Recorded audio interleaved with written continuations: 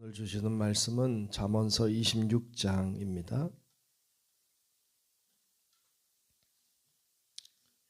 잠언 26장 1절로 끝절의 말씀 보겠습니다.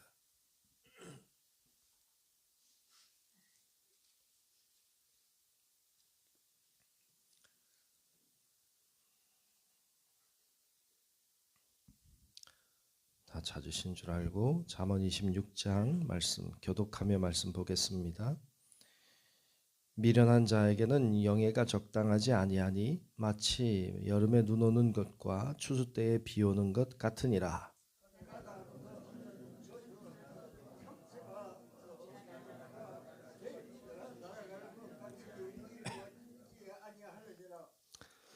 말에게는 채찍이요 나귀에게는 재갈이요 미련한 자의 등에는 막대기니라.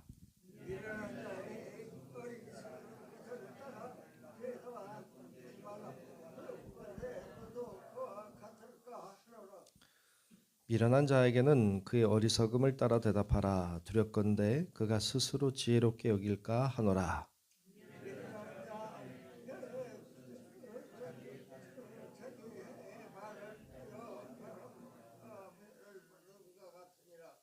저는 자의 다리는 힘없이 달렸나니 미련한 자의 입에 잠언도 그러하니라.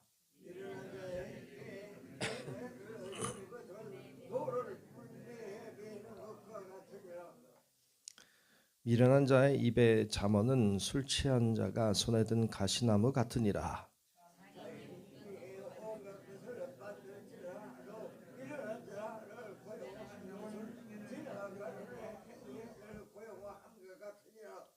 개가 그 토한 것을 도로 먹는 것 같이 미련한 자는 그 미련한 것을 거듭 행하느니라.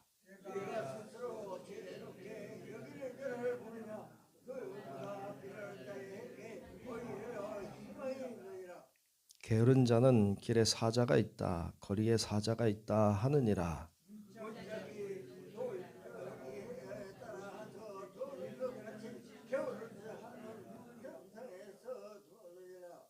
게으른 자는 그 손을 그릇에 넣고도 입으로 올리기를 괴로워하느니라.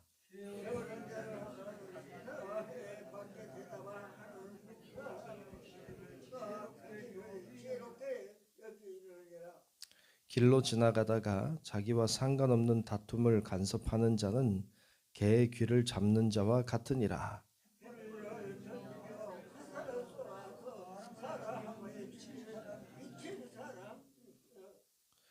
자기의 이웃을 속이고 말하기를 내가 희롱하였노라 하는 자도 그러하니라.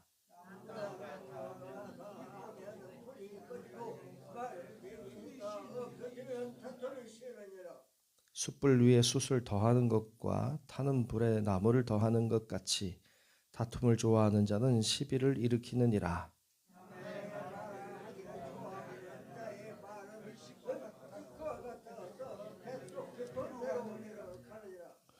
온유한 입술에 악한 마음은 낮은 은을 입힌 톡이니라.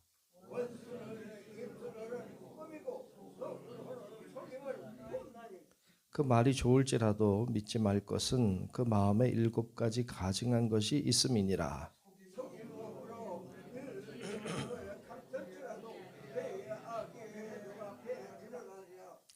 함정을 파는 자는 그것에 빠질 것이요 돌을 굴리는 자는 도리어 그것에 치이리라.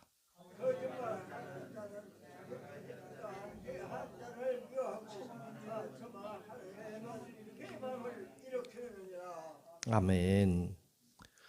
다 같이 아멘. 네, 오늘도 주님의 은혜와 사랑 안에 복된 하루가 되시기를 주님의 이름으로 축복합니다.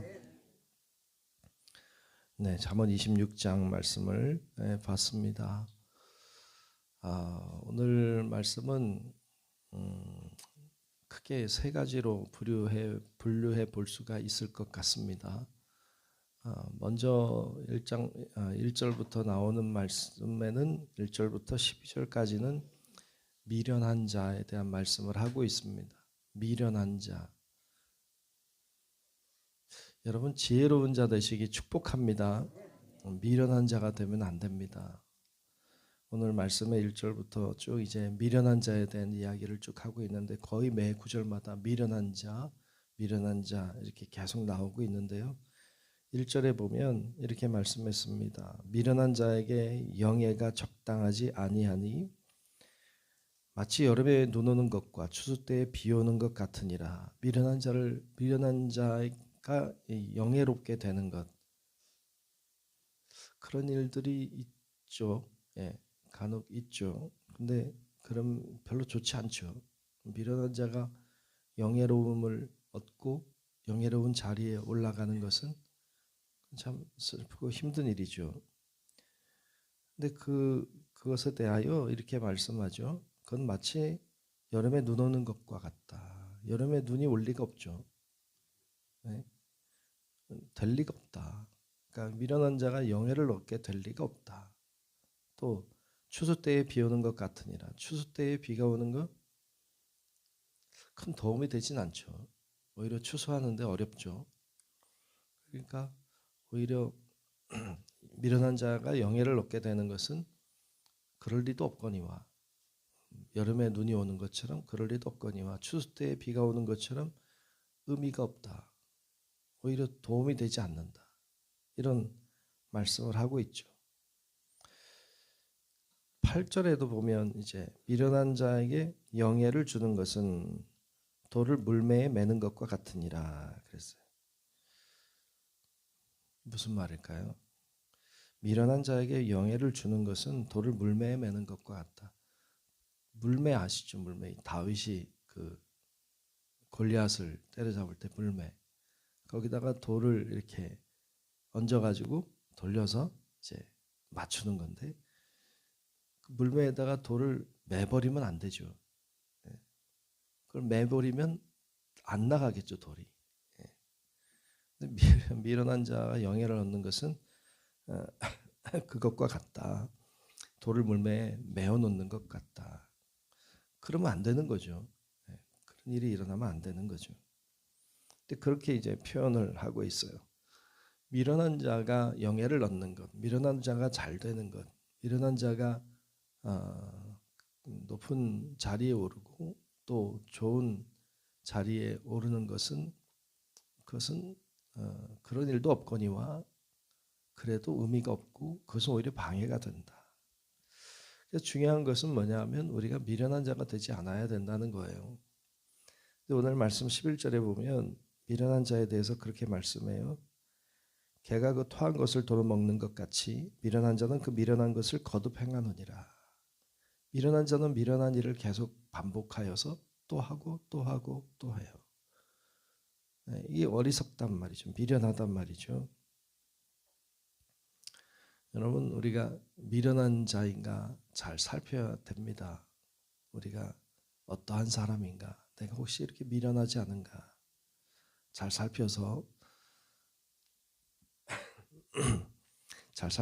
우리가 그 미련한 자의 길이 아닌 지혜로운 자의 길을 잘 걸어가는 성도들이 되시기를 주의 이름으로 축복합니다. 두 번째로는 13절 이후에는 게으른 자에 대한 말씀을 하고 있죠. 참 재미있는 표현들인데 13절에 보면 게으른 자는 길에 사자가 있다, 거리에 사자가 있다 하느니라. 예. 밖에 나가면 사자가 있을까요? 큰일 나죠. 예. 다 잡아먹힐지도 몰라. 없죠. 그런데 사자가 있다고 얘기해요. 나가기 싫으니까. 핑계를 대는 거죠. 게으르니까 온갖 핑계를 대고서 밖에 나가지 않는 거예요. 이건 게으른 자, 더 나아가면 미련한 자입니다. 14절에 보면 이렇게도 표현해요. 문짝이 돌적이를 따라서 도는 것 같이 게으른 자는 침상에서 도느니라. 참, 그 문짝이 그 돌적이 아시나요? 돌적이. 예, 이렇게 그 문이 돌아갈 수 있도록 이렇게 올려놔서 거기다 쏙 넣어가지고 이렇게 문을 돌리게 하는 문짝이라고, 돌적이라고 하는데, 그 문짝을 돌적에다 이렇게 꽂아서 문이 이렇게 왔다 갔다 돌아가게 하는. 그런데 게으른 자는 침상에서 그처럼 돈다고 하죠. 침상에서 돌아. 참 표현도 재밌어요. 15절에도 나오죠. 게으른 자는 그 손을 그릇에 놓고도 입으로 올리기를 괴로워하느니라. 네, 그릇에 손을 넣긴 했는데 입으로 올리기 괴로워해. 참 진짜 셋 중에 뭐가 최고인가요? 참 하여튼 이렇게 게으른 자에 대하여 16절에도 이제 게으른 자는 사리에 맞게 대답하는 사람 일곱보다 자기를 지혜롭게 여기느니라. 자기가 최고로 지혜로운 줄 알고 이런 게으른 자가 되면 안 된다. 그러면 안 된다. 부지런히 살아야 된다. 맞습니다. 게으른 자가 되지 말고 여러분 부지런히 세상도 살아야 되지만 부지런히 하나님을 섬기고 부지런히 주의 말씀을 따라 순종하는 성도들이 돼야 될 줄로 믿습니다. 그렇게 게으른 자 되면 안 됩니다. 17절 이하에 쭉 나오는 말씀은 모르겠어요. 제가 보기에는 좀 희한한 사람들이 여러 등장하고 있어요. 17절에 보면 길로 지나가다가 자기와 상관없는 다툼을 간섭하는 자. 길로 지나가다가 자기와 상관없는 그런 다툼을 간섭하는 건 위험하죠. 그건 마치 뭐와 같으냐? 개의 귀를 잡는 자와 같다. 여러분 이 개는 자기 개 아니죠. 남의 모르는 개 귀 잡으면 어떻게 될까요? 물리겠죠. 그러니까 상관없는 다툼에 간섭했다가 괜히 아는 사람끼리도 장기 혼수도 다 싸우는데 그렇게 간섭하는 것은 좀 희한한 사람이다. 그러지 말아라. 18절도 그렇죠. 횃불을 던지며 화살을 쏘아서 사람을 죽이는 미친 사람이 있다. 희한한 사람이죠. 횃불을 던져 화살을 쏴 사람을 죽여. 뭐 요즘에도 간혹 묻지마 폭행 같은 거 하는 희한한 사람들이 있죠.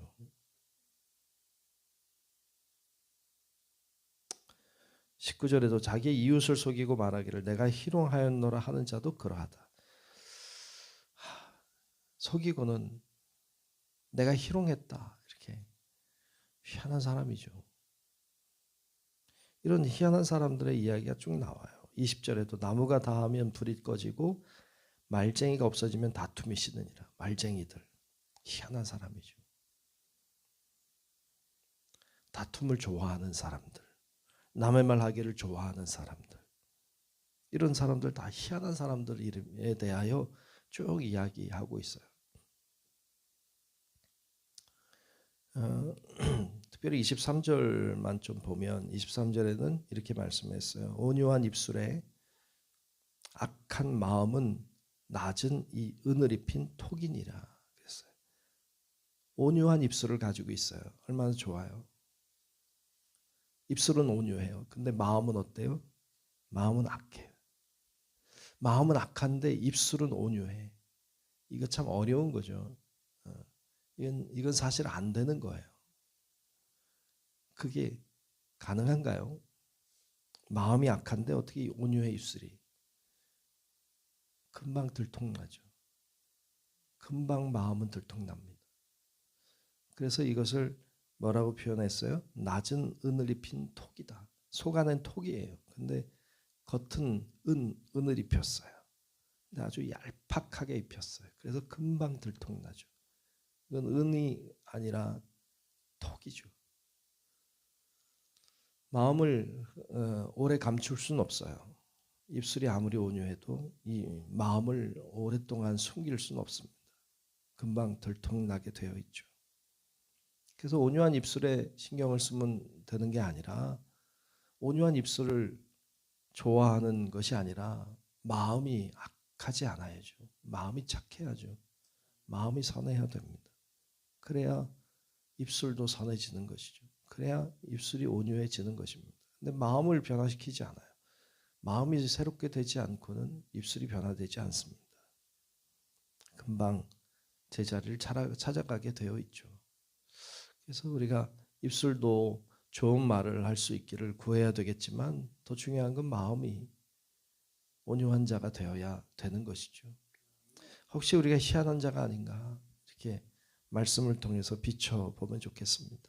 우리가 오늘 말씀을 기억하면서 미련한 자가 아니라 지혜로운 자, 게으른 자가 아니라 부지런한 자, 희한한 자가 아니라 진짜 마음이 온유한 자 되어서 여러분 모두가 하나님께 귀하게 쓰임받고 또 하나님을 위하여서 살아가는 귀한 하나님의 사람들이 다 되시기를 주님의 이름으로 축원합니다. 기도하겠습니다. 아버지 하나님, 오늘도 주님을 의지하고 믿음으로 나와 기도하는 주의 자녀들을 축복하오니 하나님, 우리 모두에게 은혜를 베풀어 주옵소서.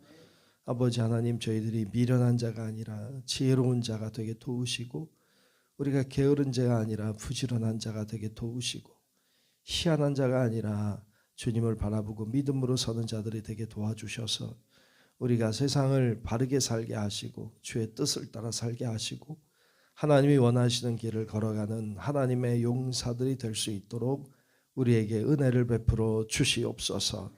능력으로 오늘도 역사하셔서 기도하며 나아가는 곳에 하나님의 은혜가 있게 도와주시고 하나님이 함께 하신다는 믿음으로 오늘도 힘있게 사는 하루가 되게 하여 주옵소서. 오늘도 귀하게 드린 예물을 축복하오니 성령님 임하셔서 예물을 통하여 일하여 주시고 역사하사 하나님의 뜻이 이루어지게 하여 주시고 기도가 응답받게 하여 주시옵소서. 오늘도 주님과 동행하기를 간절히 소망하오며 살아계신 예수님 이름으로 간절히 축복하고 기도하옵나이다. 아멘. 하늘에 계신 우리 아버지여, 이름이 거룩히 여김을 받으시오며 나라가 임하시오며 뜻이 하늘에서 이루어진 것 같이 땅에서도 이루어지이다. 오늘 우리에게 일용할 양식을 주시옵고 우리가 우리에게 죄 지은 자를 사하여 준 것 같이 우리 죄를 사하여 주시옵고 우리를 시험에 들게 하지 마시옵고 다만 악에서 구하시옵소서. 나라와 권세와 영광이 아버지께 영원히 있사옵나이다. 아멘.